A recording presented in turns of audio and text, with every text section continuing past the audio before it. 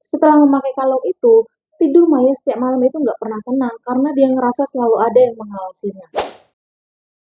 Assalamualaikum warahmatullahi wabarakatuh. Halo guys, welcome back to my channel. Balik lagi bareng aku Putri Muari. Terima kasih buat kalian yang udah nonton dan jangan lupa buat like, subscribe dan juga nyalakan loncengnya ya guys biar kalian nggak ketinggalan cerita-cerita horor seru dari aku. Nah, jadi kali ini aku bakal bawain sebuah cerita yang judulnya Jejak di Belakang. Ada seorang gadis bernama Maya. Nah, malam itu Maya itu pergi ke sebuah pasar malam. Nah, di dekat pasar malam itu ada sebuah toko yang menjual barang-barang antik. Maya pergi ke sana untuk melihat sesuatu yang mungkin menarik perhatiannya. Nah, karena memang Maya ini suka banget sama barang-barang vintage. Jadi dia coba cari tuh siapa tahu ada yang cocok sama dia.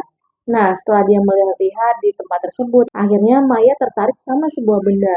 Benda tersebut adalah sebuah kalung. Jadi kalung itu tuh terlihat sangat bagus menurut Maya dan kelihatan sangat estetik sekali. Bahkan itu kelihatan kalung itu kalung benar-benar kalung udah lama. Nah, kemudian setelah membeli kalung itu, Maya langsung memakai kalung tersebut. Terus semenjak memakai kalung itu, Maya tuh seperti ada merasa sesuatu yang aneh nih. Karena dia ngerasa semenjak dia memakai kalung tersebut, dia merasa ada yang mengikuti dia dari belakang.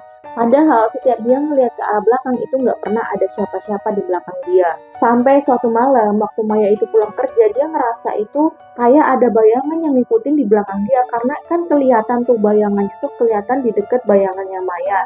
Jadi dia bisa ngeliat tuh kalau di belakang itu kayak ada orang dengan bayangan yang sangat tinggi. Tapi ketika dia ngelihat ke belakang itu juga nggak ada siapa-siapa. Di belakang dia itu kosong. Tapi dia selalu ngerasa kayak ada yang ngeliatin dia dari belakang. Nah, semenjak saat itu semakin hari gangguannya semakin menjadi-jadi nih. Maya nggak cuma ngelihat bayangan aja, tapi dia juga sering mendengar sebuah bisikan-bisikan kayak orang ngomong gitu padahal nggak ada siapa-siapa. Selain itu di cermin dia juga sering melihat bayangan itu mengikuti di belakangnya si Maya ini. Sampai akhirnya Maya mulai mencari tahu nih sebenarnya apa sih yang ada di kalung itu, kenapa sih setelah dia memakai kalung itu semua hal yang terjadi itu terasa aneh menurut Maya dan kejadiannya juga tidak normal. Sampai akhirnya Maya datang lagi di mana tempat dia membeli kalung tersebut. Dan dia nanya tuh, kalung itu sebenarnya dari mana sih Pak? Siapa yang punya? Sampai si pemilik toko ini menceritakan hal yang sebenarnya.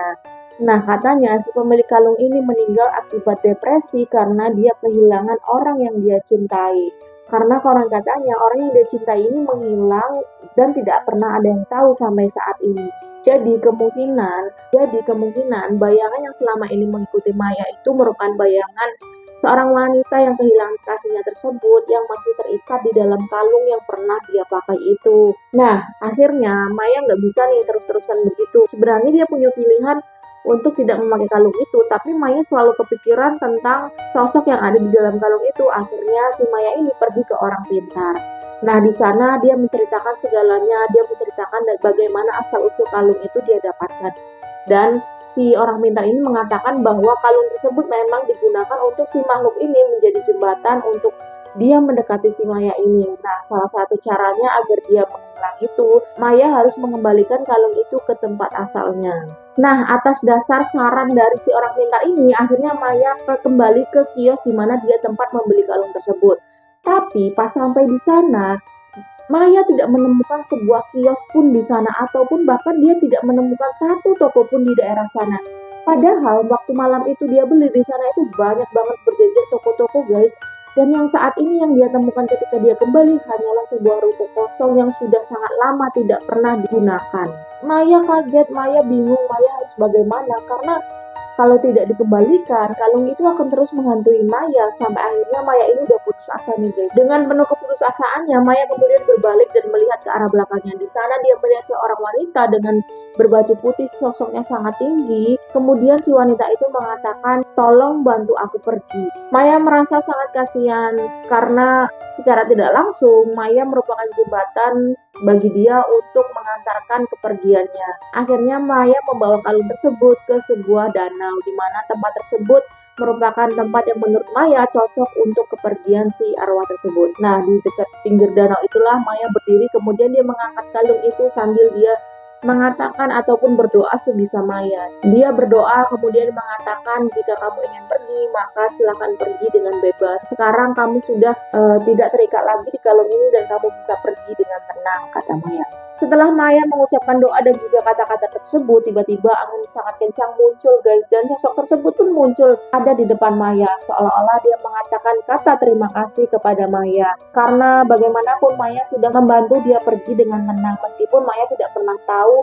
cerita wanita tersebut sebelumnya seperti apa. Setidaknya Maya sudah membantu si wanita ini untuk pergi ke tempat yang lebih baik.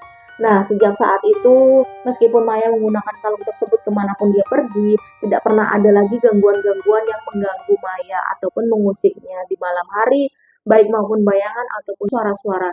Semua kembali normal dan Maya selalu menggunakan kalungnya setiap hari karena kalung tersebut memang sangat cantik dan sangat bagus guys. Dari kejadian tersebut pun Maya belajar kalau dia harus lebih berhati-hati dengan setiap barang yang dia beli ataupun dia temukan, karena kita tidak pernah tahu cerita apa yang pernah dilalui setiap barang yang kita beli ataupun yang kita temukan tersebut. Nah, dari kisah ini pun kita bisa mengambil sebuah pelajaran di mana setiap benda-benda yang kita miliki memiliki sejarah sendiri dan memiliki kenangan tersendiri terhadap pemiliknya, dan apapun yang kita lakukan itu bisa berdampak bagi manusia ataupun bahkan makhluk lain yang tidak pernah kita lihat. Dan setidaknya kita selalu menghormati benda apapun yang pernah kita miliki karena kita tidak pernah tahu seberapa besar jasa barang tersebut ataupun benda tersebut terhadap kita. Oke guys, sampai di sini dulu cerita kali ini. Terima kasih buat kalian yang udah klik dan nonton video ini sampai selesai. Jangan lupa kalau kalian punya cerita horor ataupun pengalaman horor, kalian bisa ceritain di kolom komentar. Ataupun kalian juga bisa kirim ke email aku ya. Siapa tahu cerita kalian bisa aku bawain di channel YouTube aku. Thank you for watching and assalamualaikum warahmatullahi wabarakatuh. Bye-bye.